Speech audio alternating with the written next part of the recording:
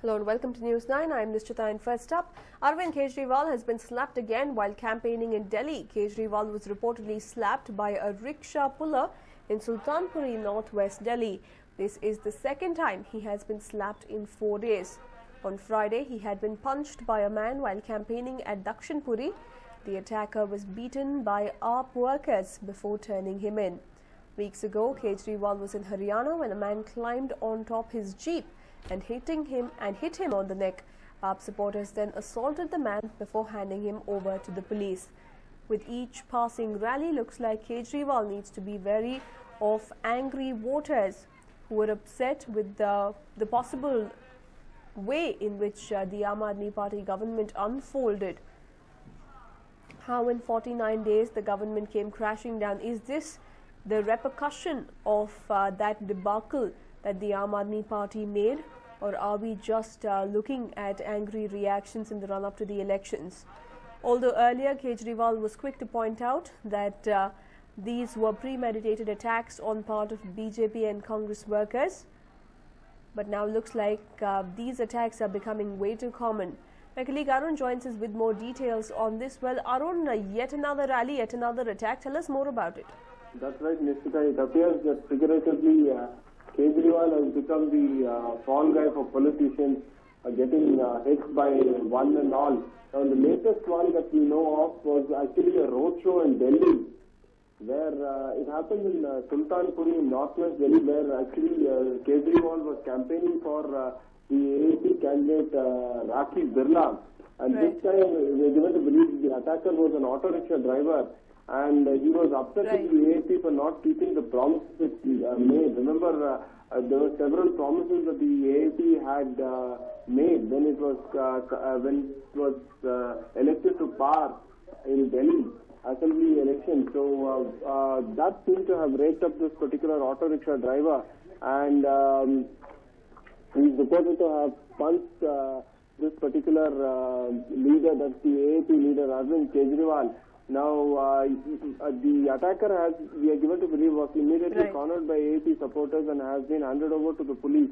But clearly, one more instance where Kejriwal has become perhaps the best example of being taken to task by the Aam Aadmi or the public at large, Nishchita.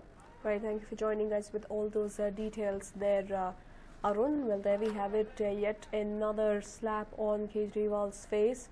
This time around, it was in Sultanpuri, and this comes in the backdrop of a series of physical attacks on the Aam Aadmi Party chief. What is the motive behind it? It's not clear. However, Kejriwal claims that it could be the handiwork of the Congress or the BJP.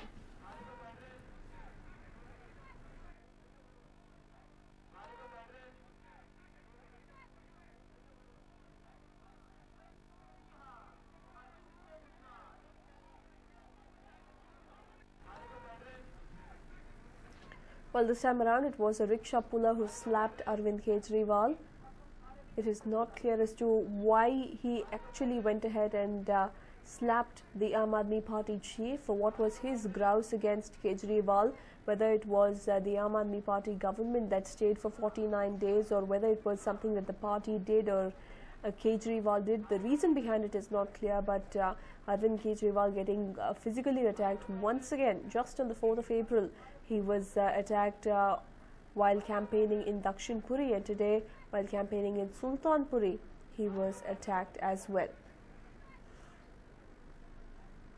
You can see a sea of supporters wearing the Aam Aadmi Party cap, but that didn't stop the detractors from coming close to Arvind Kejriwal and physically attacking him.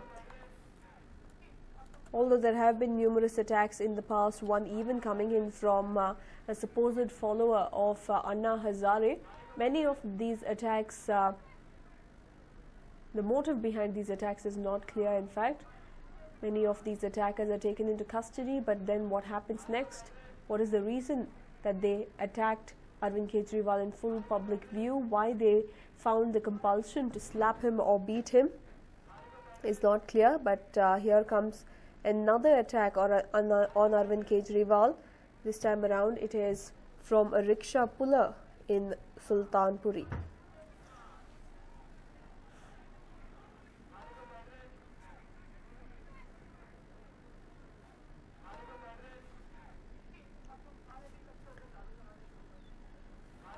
Well, in fact, in the past, the Aam Aadmi Party's road show in Dakshinpuri on the 4th of April witnessed a similar incident when an unidentified man climbed onto an open jeep in which Kejriwal was travelling in and then slapped him and punched him repeatedly.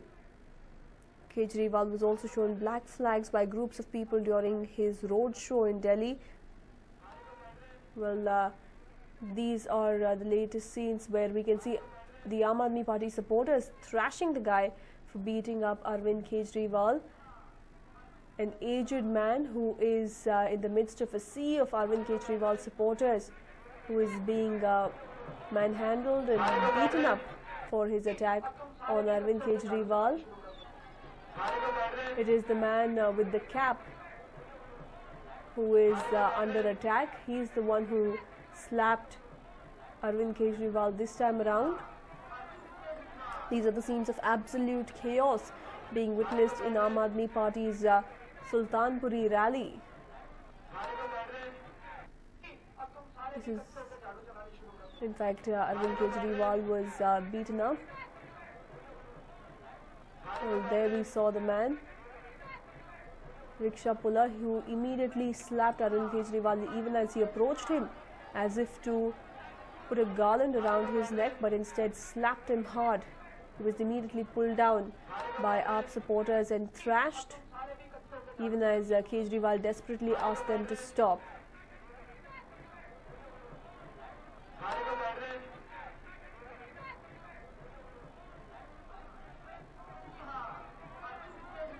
And Kejriwal desperately asked them to stop being violent. Even the last time around, he appealed on Twitter, asking his supporters not to resort to violence. He even challenged the BJP and the Congress that it is okay if they beat him up, but his voice will not die down.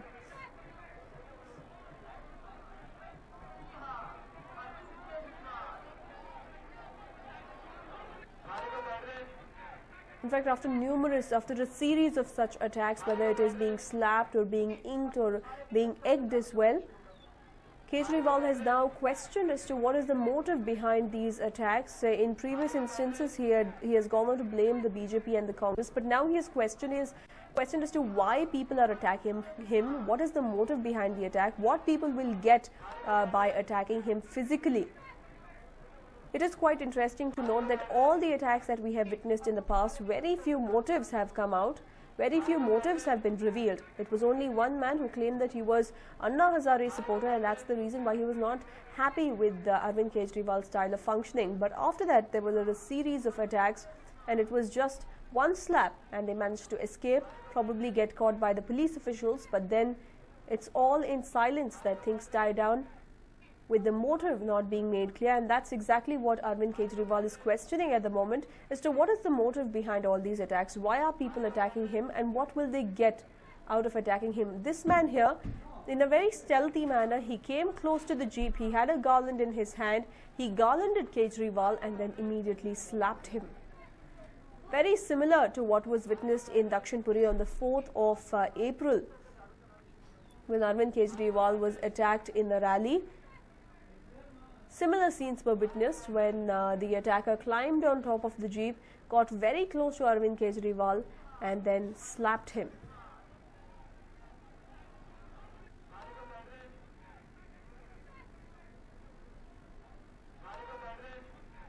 These were the scenes witnessed, and in an instantaneous reaction, the supporters beat him up. Despite Arvind Kejriwal's repeated requests to his supporters to not react in a violent manner.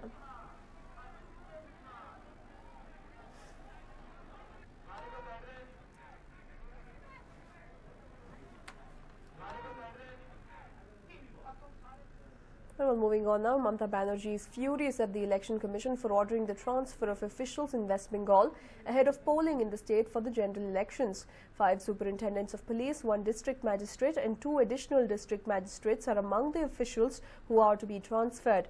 The West Bengal government has written to the Election Commission urging it to reconsider its decision on the transfer of the 6 officials. There has been no word from the Election Commission on this plea so far. In fact, in an escalating battle, the Election Commission sources have pointed out that the panel has the option of cancelling or postponing polls in certain West Bengal constituencies if Mamata Banerjee continues to challenge its order. The EC has now issued an ultimatum to the West Bengal Chief Minister, asking her to implement the orders by 2:30 p.m. And well, in just a matter of time, the deadline will lapse, and what action will the EC take will be interesting to note. And name new officers without consulting the state government. You will only listen to the Congress to make the Congress win. You will have to take my resignation. I will not remove a single officer, not while I am the Chief Minister. Do what you like, unquote.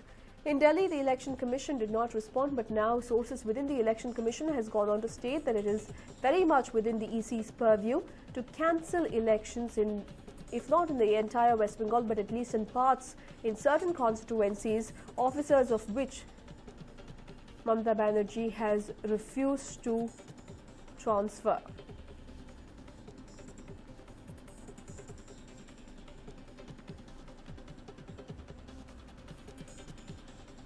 And in fact, the Election Commission has hit back at Mamata Banerjee now. The Election Commission going on to state that they will cancel polls in West Bengal if the orders are not followed. A deadline of 2:30 p.m. has been given. It is just a matter of time, just a few more minutes before the deadline lapses. Just hours after the Election Commission had ordered for the transfer of 5 superintendents and 3 district magistrates and additional district magistrates, West Bengal Chief Minister reacted and lambasted the EC. Well, moving on to some other news now. The war between BBMP contractors and Commissioner rages on. The contractors are now threatening to gherav the chief accountant's residence if the pending dues are not cleared. BBMP is yet to clear dues worth 1,800 crore rupees. The Palike is, however, yet to pay the money to the contractors, even as the BBMP commissioner had promised to pay 75 crore rupees yesterday. He has failed to deliver his promise this time around. We earlier spoke to the BBMP commissioner himself, and he went on to seek more time. He said that probably in a month's time the money will be paid off to these contractors. Well, hundreds of these contractors have availed loans to carry out the works for the BBMP, but despite months after completion of the works, they have not been paid by the Palike. On one hand, they have the debt mounting, and on the other hand, they have the unresponsive Palike. And hence, the contractors have decided to take matters into their own hands. They gherav the police commissioner a few days back, and now they have threatened to gherav the chief accountant's residence as he remains inaccessible.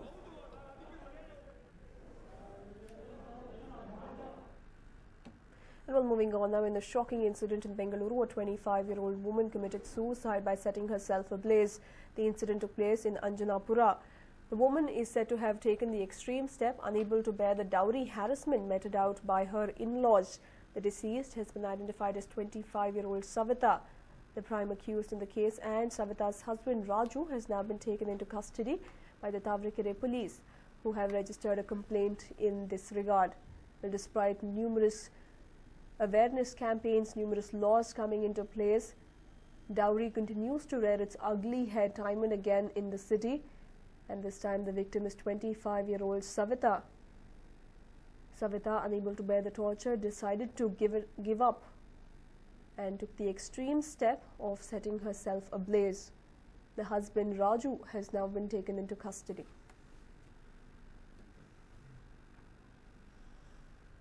And well, in a tragic incident, 2 people were killed when a boiler exploded in a factory in Mysore. The incident occurred at Nanjangud industrial area and at the Gramex paper mills. The deceased have been identified as 42-year-old Chandrasekhar and 26-year-old Ravi. Another person, Shivakumar, has suffered grievous injuries and has been shifted to the local hospital. It's not clear as to what exactly led to the explosion. Investigations are underway, but unfortunately 2 precious lives were lost in this accident when 42-year-old Chandrasekhar and 26-year-old Ravi breathed their last due to the grievous injuries they sustained. Another individual who has sustained injuries has been rushed to a nearby hospital and is currently undergoing treatment.